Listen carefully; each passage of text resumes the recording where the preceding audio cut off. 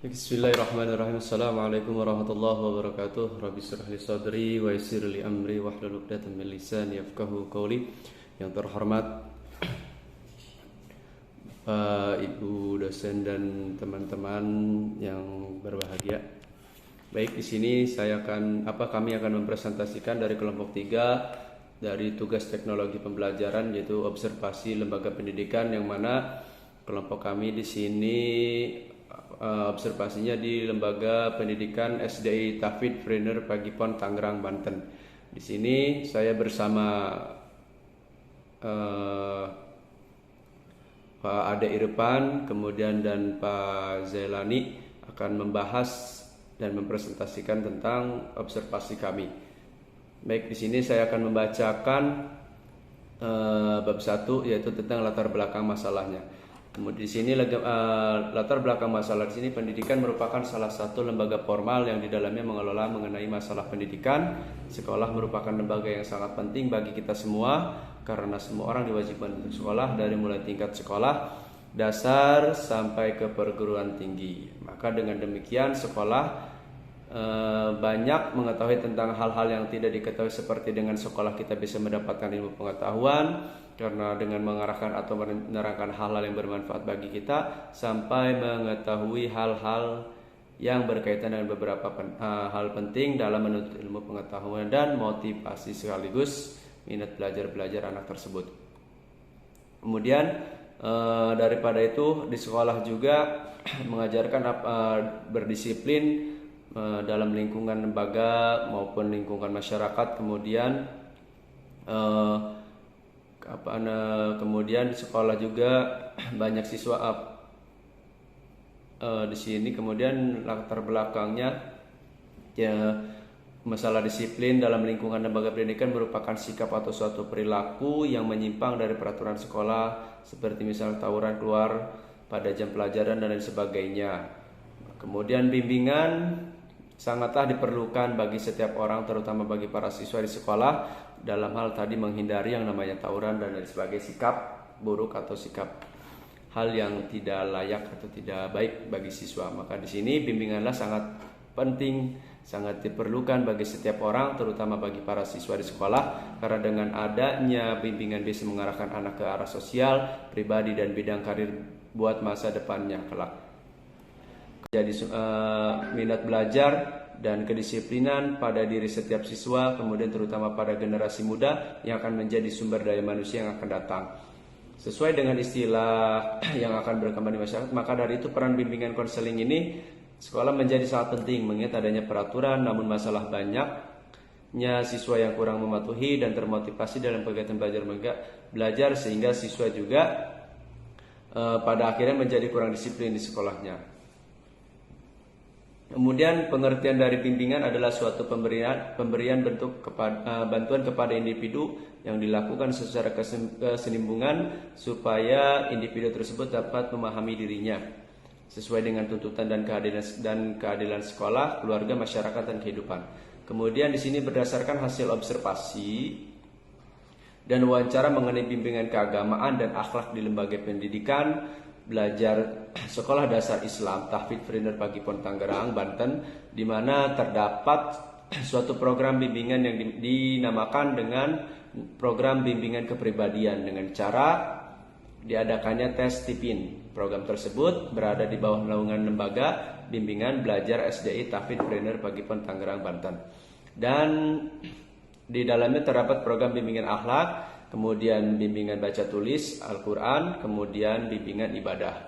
Kemudian dengan adanya lembaga bimbingan belajar SDI Tahfidz Brenner Pagipon Tangerang sangat membantu dalam proses bimbingan belajar yang di dalamnya terdapat program bimbingan keagamaan, baik bimbingan akhlak, bimbingan baca tulis Al-Quran maupun bimbingan ibadah. Hal tersebut sangatlah jarang sekali ditemukan di sebuah lembaga bimbingan belajar umumnya. Di dalamnya terdapat bimbingan keagamaan yang ditanggung-jawabi oleh lembaga secara langsung dengan diberdayakannya oleh beberapa guru profesional, yaitu beberapa guru atau sarjana yang lulusan dari bimbingan dan penyuluhan Islam. Kemudian bimbingan keagamaan yang dilakukan di lembaga bimbingan belajar SDI Tahfidz Brenner Pagi PON Tangerang ini ketika diwawancarai dengan kepala sekolah yang langsung menangani program ini, bahwasanya 4 lembaga bimbingan belajar SDI, yaitu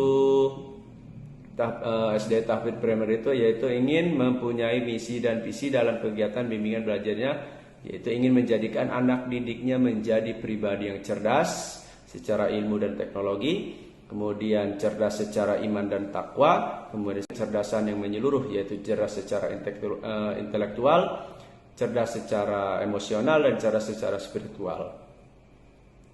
Kemudian mengingat dengan adanya bimbingan keagamaan tersebut yang diadakan di Lembaga Pembimbingan Belajar SDI Tahfidz-Preneur Pagi PON Tangerang, maka dengan itu penelitian bermaksud untuk melakukan penelitian lebih lanjut tentang pelaksanaan bimbingan keagamaan yang dilakukan di lembaga tersebut, yang mana terutama mengenai model bimbingan keagamaan yang dilakukan di Lembaga Bimbingan Belajar SDI Tahfidz-Preneur.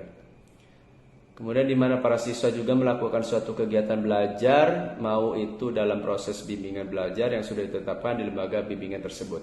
Nah, kemudian yang B-nya di sini kita merumuskan masalahnya ada 6 poin. Yang pertama, bagaimana ciri khas Lembaga Pendidikan SDI Tahfidz-Preneur Tangerang, Banten.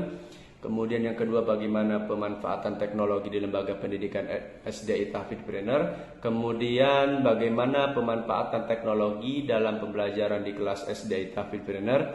Kemudian bagaimana pemanfaatan pendekatan metode dan strategi pembelajaran di kelas SDI Tahfidz-Preneur Pagi PON Tangerang. Kemudian yang kelima, bagaimana pemanfaatan bahan ajar dan sumber belajar di kelas SDI Tahfidz-Preneur. Kemudian yang keenam, bagaimana framework implementasi teknologi di sekolah SDI Tahfidz-Preneur Pagi PON Tangerang. Kemudian C-nya di sini tujuan observasinya yaitu 1, untuk mengetahui ciri khas Lembaga Pendidikan SDI Tahfidz-Preneur. Kemudian yang kedua, untuk mengetahui pemanfaatan teknologi di lembaga pendidikannya, kemudian untuk mengetahui pemanfaatan teknologi dalam pembelajaran di kelasnya, kemudian untuk mengetahui pemanfaatan pendekatan, metode, dan strategi pembelajaran di kelas SDI Tahfidz-Preneur Pagi PON Tangerang. Kemudian yang kelima itu untuk mengetahui pemanfaatan bahan ajar dan sumber belajar di kelas SDI Tahfidz-Preneur Pagi PON Tangerang. Kemudian yang terakhir itu untuk mengetahui framework implementasi teknologi di sekolah SDI Tahfidz-Preneur Pagi PON Tangerang. Kemudian manfaat observasinya yaitu 1, secara teoritis menambah wawasan dan ilmu pengetahuan yang berhubungan dengan bimbingan, kemudian dengan manfaatnya, kemudian manfaat teknologi, kemudian mengetahui cara bagaimana pendekatan kepada siswa dengan metode STIPIN, kemudian khususnya dapat dimanfaatkan sebagai kajian bersama mengenai model bimbingan sehingga dapat dijadikan sumber informasi yang bermakna itu untuk memberikan saran serta bahan evaluasi bagi lembaga pendidikan yaitu dalam hal bimbingan belajar di SD Tahfidz-Preneur Pagi PON Tangerang dari baik menjadi lebih baik lagi. Seperti itu bab 1 kami, pembahasan awal kami, latar belakang kami. Kemudian selanjutnya yang akan dibacakan atau yang akan dijelaskan oleh saudara kita yaitu Pak Ade Irfan. Silahkan kepadanya, dipersilahkan. Baiklah, saya akan melanjutkan di pembahasan bab kedua, yaitu kondisi objektif di Lembaga Pendidikan SDI Tahfidz-Preneur Pagi PON Tangerang.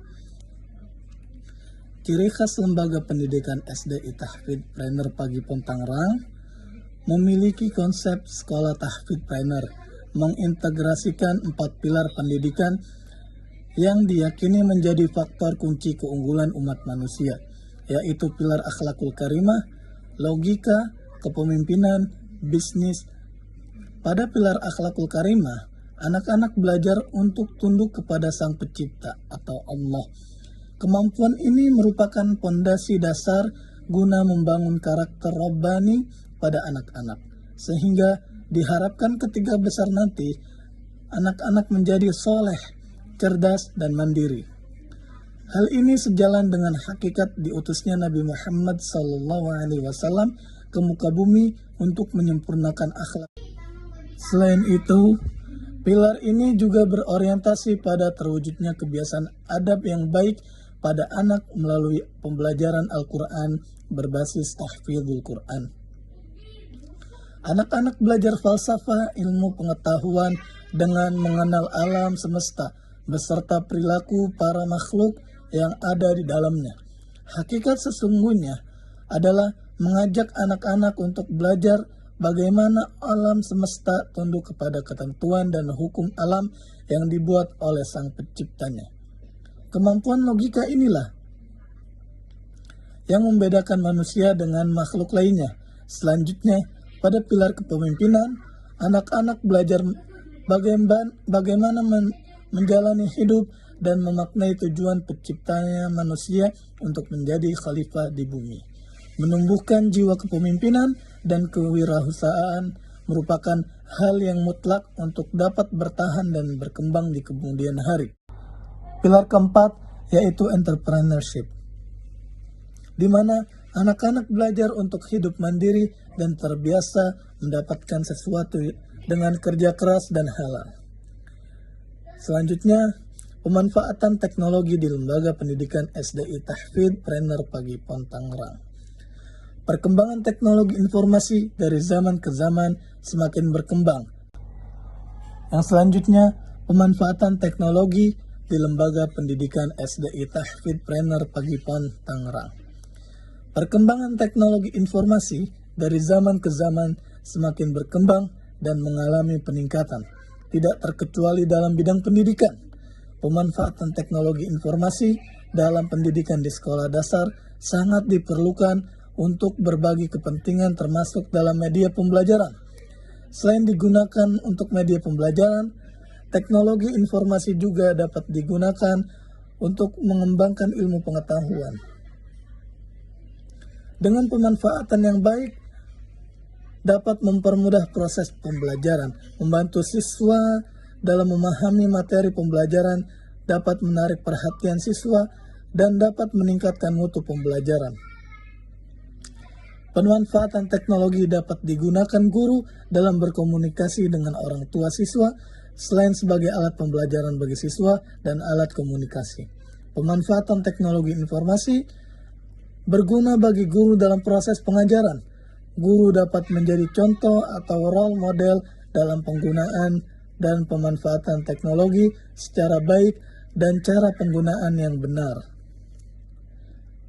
Adanya teknologi mempengaruhi siswa dalam mencari atau mengumpulkan informasi terkait dengan materi yang diajarkan.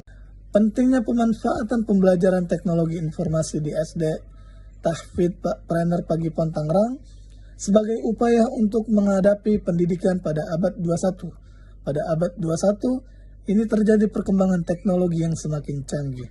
Hal tersebut berpengaruh dalam pendidikan sekolah dasar di mana pengetahuan dan pemanfaatan teknologi bagi siswa sekolah dasar perlu diajarkan dan diterapkan untuk menghadapi abad 21 ini. Menjadikan teknologi semakin maju dan berkembang, di mana guru dapat tergantikan oleh teknologi apabila guru tidak dapat mengatasi kemajuan dan perubahan zaman. Pembelajaran abad 21 merupakan salah satu tantangan yang harus dihadapi guru dalam dunia pendidikan, terutama dalam penggunaan teknologi. Guru harus mampu menjadi contoh bagi siswa agar dapat memanfaatkan teknologi dengan sebaik mungkin dan dapat menggunakan teknologi dalam pembelajaran atau mencari informasi yang berkaitan materi pelajaran. Yang C, pemanfaatan teknologi dalam pembelajaran di kelas. Pemanfaatan teknologi informasi akan mempermudah guru dalam menyampaikan materi teknologi dalam pembelajaran di kelas. Pemanfaatan teknologi informasi akan mempermudah guru dalam menyampaikan materi yang diajarkan juga dapat meningkatkan pembelajaran yang lebih efektif dan efisien. Pemanfaatan teknologi akan menjadikan inovasi bagi guru SDI Tahfidz Prener dalam belajar mengajar. Selain itu, dapat terciptanya suasana yang lebih menarik dan dapat meningkatkan hasil pembelajaran siswa sejauh ini. SDI Tahfidz masih menggunakan alat teknologi yang digunakan adalah media LCD proyektor. Salah satu pemanfaatan teknologi dalam proses belajar dengan adanya teknologi ini, guru SD Tahfidz lebih mudah dalam menyampaikan materi yang akan diajarkan. Karena pada prinsipnya peserta didik yang ada di sekolah dasar memiliki jiwa yang lebih condong kepada bermain dan menyaksikan sesuatu yang nyata. Untuk selanjutnya yang akan dijelaskan oleh Al-Ustadz atau Pak Zailani, kepadanya dipersilahkan.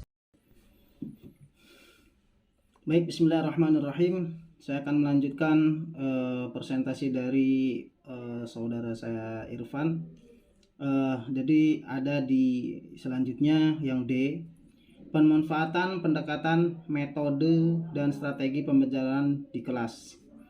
Nah, pemanfaatan pendekatan metode dan strategi pembelajaran di kelas ini dilakukan di SDI Tahfidz Pagipon Tangerang dengan menggunakan metode Stipin. Kenapa? Karena di SDI Tahfidz ini menggunakan metode Stipin baik guru maupun siswa. Itu awalnya supaya dapat memahami karakter masing-masing individu peserta didik sehingga guru mengerti akan kemana arahnya peserta didik tersebut. Yang mana pada pengertian Stipin itu adalah tes. Stipin adalah tes yang memetakan jenis kecerdasan dan kepribadian seseorang cukup dengan mengambil sidik jari dari peserta tes. Tes ini juga disebut tes otak karena salah satu komponen terpenting yang dianugerahkan Allah Subhanahu wa taala dalam terhadap manusia adalah otak ibarat sebuah mesin. Otak adalah sebuah mesin yang sangat mengagumkan dan tiada tandingnya. Kemampuan otak sangatlah luar biasa. Para ilmuwan telah menganalisis pada pembahasan ini, yaitu mempelajari otak dengan kemampuan otak mereka, sehingga muncullah rumusan pembagian otak manusia berdasarkan dominasi kecerdasan. Kecerdasan yang paling dikenal oleh Iki yang hampir 100 tahun lalu diperkenalkan oleh William Stern telah menyita perhatian yang tidak kecil. Stipin adalah uraian dari sensing, yaitu Stipin itu uraian dari sensing, kemudian intuiting, kemudian S-nya itu sensing, kemudian T-nya itu thinking, kemudian I-nya itu intuiting, kemudian F-nya itu feeling, kemudian I-nya itu insting. Ya.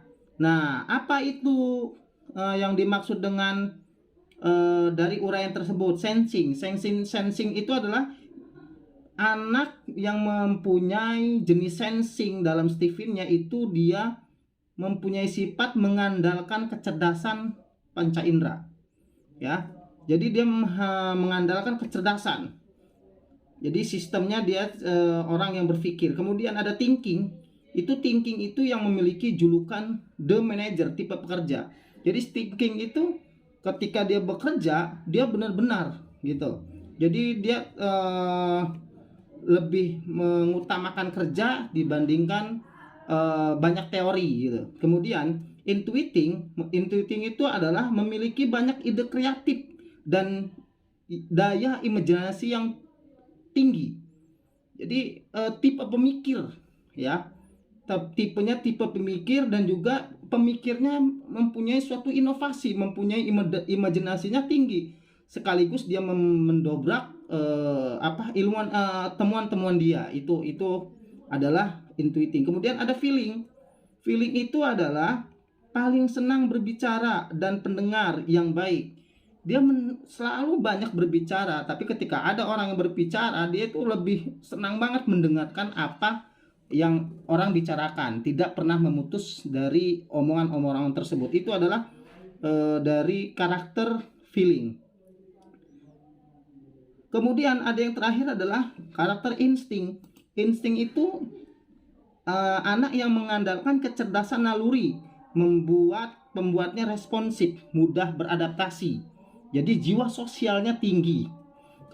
Konsep Stephen diperkenalkan oleh Farid Poniman dengan mengkompilasi dan berbagai teori psikologi, neuroscience, dan SDM. Kenapa di SDI Tahfidz ini mengambil langkah awal ketika itu adanya Stephen? Karena supaya pelajaran-pelajaran yang ada, mata pelajaran yang ada, karakter yang ada pada diri seseorang itu, diri kepada anak itu bisa diarahkan, terutama kepada kita mengambil kepada arah teknologinya. Mana anak yang benar-benar mengarah kepada lebih kuat kepada pembelajaran teknologi, ya, maka di situ kita bisa mengerti akan karakter anak, tidak memaksakan dia itu bisa dengan itu gitu.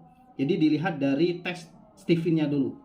Kemudian Stephen SDI Tahfidz Trainer memiliki 3 alasan memilih tes Stephen. Yang pertama, mengenali cara belajar peserta didik.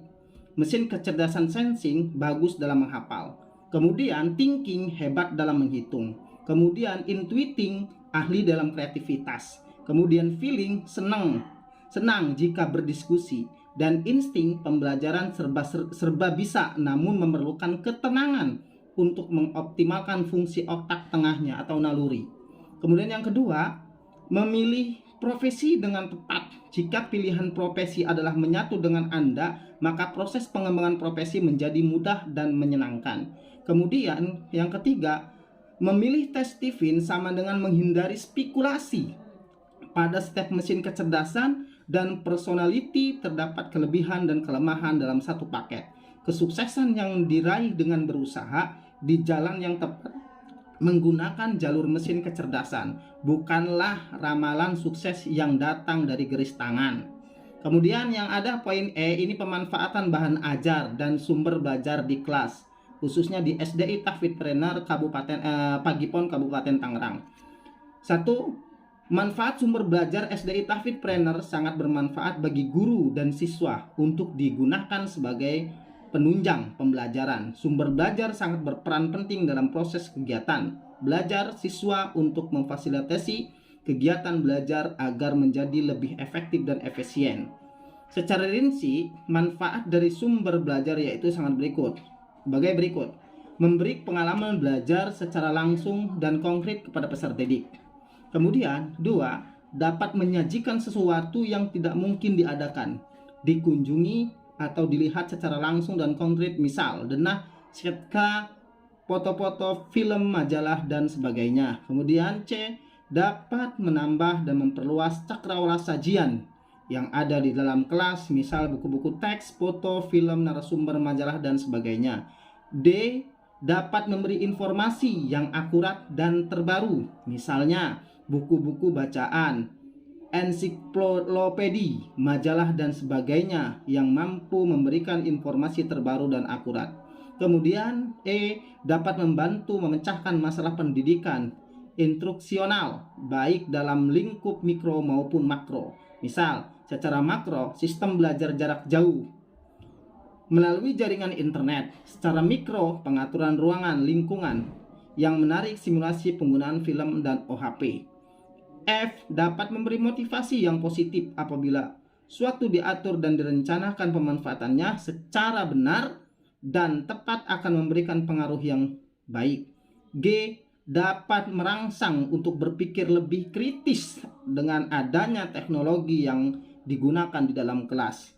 Merangsang untuk berkembang lebih jauh, misalnya dengan membaca buku, kemudian buku bacaan, buku yang bertema apapun, melihat film atau video. Ini terutama karena di karakter di anak SD itu biasanya dia secara pembelajaran itu cepat, penangkapan dalam pembelajaran itu melihat secara langsung, bukan hanya secara teori saja. Terlalu banyaknya guru hanya membicarakan secara teori tadi, tapi tidak dilaksanakan secara langsung, secara melihatkan video ataupun bukti yang nyata. Sedangkan anak-anak SD itu biasanya SD ataupun TK dia lebih cepat dalam pembelajaran itu melihat secara langsung seperti itu. Kemudian sumber belajar sebagai semua belajar sebagai semua sumber data manusia dan barang yang dapat dipakai oleh pelajar SDI Tahfidz Planner Pagipon Kabupaten Tangerang sebagai suatu sumber tersendiri atau dalam kombinasi untuk memperlancar belajar dan meliputi pesan orang, material, alat, teknik, dan lingkungan secara rinci. Manfaat dari sumber belajar yaitu sebagai berikut: meningkatkan produktivitas pembelajaran, kemudian memberikan kemungkinan pembelajaran yang sifatnya lebih individual, 3. memberikan dasar yang lebih ilmiah terhadap pembelajaran. Kemudian yang 4, lebih memantapkan pembelajaran. 5, memungkinkan belajar secara seketika. 6, memungkinkan penyajian pembelajaran yang lebih luas dengan menyajikan informasi yang mampu menembus batas geografis. Fungsi-fungsi di atas sekaligus menggambarkan tentang alasan dan arti penting sumber belajar untuk kepentingan proses dan percapaian hasil pembelajaran siswa di SDI Tahfidz Planner Pagipon Kabupaten Tangerang. Selanjutnya, framework atau implementasi teknologi di sekolah SDI Tahfidz Planner Pagipon Tangerang. Input: anak banyak menghabiskan waktu dengan gadget ketimbang melakukan pekerjaan yang positif lainnya seperti belajar dan olahraga. Kemudian yang kedua, anak kehilangan kemampuan berbaur kepada temannya karena lebih fokus kepada game online. Ketiga, tidak ingat waktu makan dan istirahat. Kemudian proses penerapan controlling terhadap anak ketika penerapan controlling dari orang tua. Mohon maaf Bu, sedikit kurang kalimatnya. Penerapan controlling dari orang tua atau guru ya terhadap anak ketika bermain teknologi. Kemudian penerapan di waktunya pada bermain gadget. Tidak berlebihan. Kemudian yang ketiga, penerapan selalu adanya peringatan dari orang tua untuk anaknya ketika bermain gadget. Maka ini harus controlling dari orang tua terutama untuk anaknya dalam mempergunakan teknologi di zaman modern ini. Kemudian output, terciptanya ketekunan dan konsentrasi penuh pada peserta didik. Kemudian outcome gitu ya, menjadikan peserta didik yang mengerti akan perkembangan teknologi. Maka teknologi dalam di zaman sekarang, di abad 21, era 21 ini sangatlah penting bagi anak-anak pelajar. Tetapi yang paling utama adalah di awal ketika mereka bermain atau menggunakan gadget tersebut atau komputer ataupun laptop yang lainnya, harap diawasi oleh orang tuanya masing-masing. Kemudian 2, lewat teknologi peserta didik dapat mencari bermacam-macam informasi dan atau referensi dan mempermudah dalam hal komunikasi. Kemudian adanya teknologi, yang ketiga, adanya teknologi menjadikan anak mendapatkan berita yang beredar semakin cepat. Jadi apapun yang ada berita itu semakin cepat untuk ditangkap oleh anak tersebut. Kemudian impact, perkembangan kecerdasan anak dalam proses pembelajaran menggunakan sebuah teknologi informasi. Selanjutnya, bab 3 itu adalah penutup kesimpulan. Berdasarkan data hasil penelitian dan pembahasan pada bab sebelumnya, maka dapat diperoleh beberapa kesimpulan sebagai berikut. 1. Gambaran keseharian anak pengguna gadget berdasarkan hasil observasi dan wawancara ditemukan fakta bahwa orang tua dan lingkungan sekitar subjek yang memakai gadget dalam kesehariannya ternyata juga mempengaruhi anak untuk menggunakan gadget dalam kesehariannya, baik menyangkut kapan anak mulai dikenalkan gadget serta intensitas penggunaannya. Pengenalan gadget pada usia dini menyebabkan anak tidak bisa lepas dari bermain gadget dalam kesehariannya. Anak pun punya kecenderungan menggunakan gadget hampir di semua kesempatan ketika dia tidak bersekolah dan mengaji. Ketika menggunakan gadget, tidak mau diganggu, bahkan ia sering lupa untuk kegiatan lainnya. Bahkan ketika disuruh orang tuanya untuk melakukan sesuatu, bisa menunjukkan ekspresi marah. Anak pun cenderung tidak disiplin, sulit diajak kerjasama, dan tidak peduli terhadap lingkungannya. 2. Perkembangan sosial anak pengguna gadget. Perkembangan sosial anak pengguna gadget memang menunjukkan perbedaan dalam perkembangan sosialnya. Misalnya, tidak suka bergaul, namun bila orang tua atau lingkungan memberi kesempatan pada anak untuk lebih leluasa melakukan kegiatan lain di luar gadget, maka anak pun akan terpengaruh. Keterikatan anak pada gadget akan membatasi kesempatan anak untuk belajar dan berkembang. Ini karena gadget membatasi kemampuan anak untuk berkomunikasi dan bersosialisasi.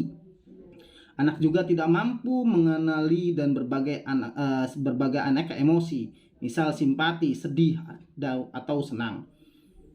Keterikatan pada gadget juga menyebabkan anak kurang mampu merespon apa yang terjadi di sekelilingnya, baik secara emosi maupun verbal. Terbatasnya respon anak akan mengganggu perkembangan kemampuannya untuk bersosialisasi dengan lingkungan sekitarnya. B. Saran. Bagi orang tua, dengan membaca hasil penelitian ini diharapkan para orang tua dapat lebih memahami kondisi perkembangan sosial anak mereka sehingga anak tersebut sehingga dapat lebih bijaksana dalam bertindak, utamanya dalam memanfaatkan fasilitas dan kemudahan teknologi. Dalam hal ini, gadget.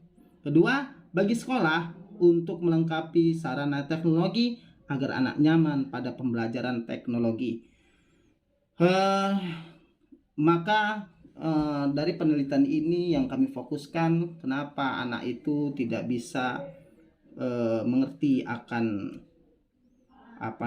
dirinya, karena salah satunya adalah tidak fokusnya perhatian orang tua terhadap anak. Dan kenapa orang tua tidak bisa mengerti akan